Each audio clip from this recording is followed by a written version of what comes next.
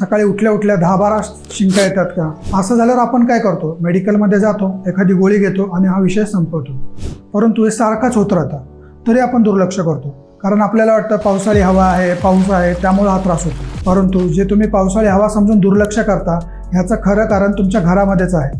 तुमच्या कपाटावर, भिंतीवर आलेली काळी बुरशी म्हणजेच ब्लॅक मोल्ड असं आपण म्हणतो किंवा ब्लॅक फंगस, तर हे याचं मूळ कारण असतं. आता आपण समजून घेऊयात हे कसं होतं.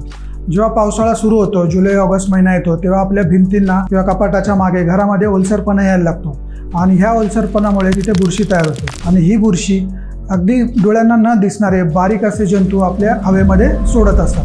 त्यालाच आपण मायकोटॉक्झिन्स असं म्हणतो. जेव्हा आपण अशा बुरशीयुक्त घरामध्ये किंवा रूममध्ये झोपतो किंवा कळत न कळत श्वासावाटे ही जी बुरशी आहे किंवा त्याचे जे मायकोटॉक्झिन्स आहेत ते आपल्या फुफ्फुसामध्ये जातात आणि मग सुरू होते न थांबणारा खोकला, न थांबणाऱ्या शिंका आणि दमा. पण हे ओळखायचं कसं की हे आपल्याला यामुळेच होतंय?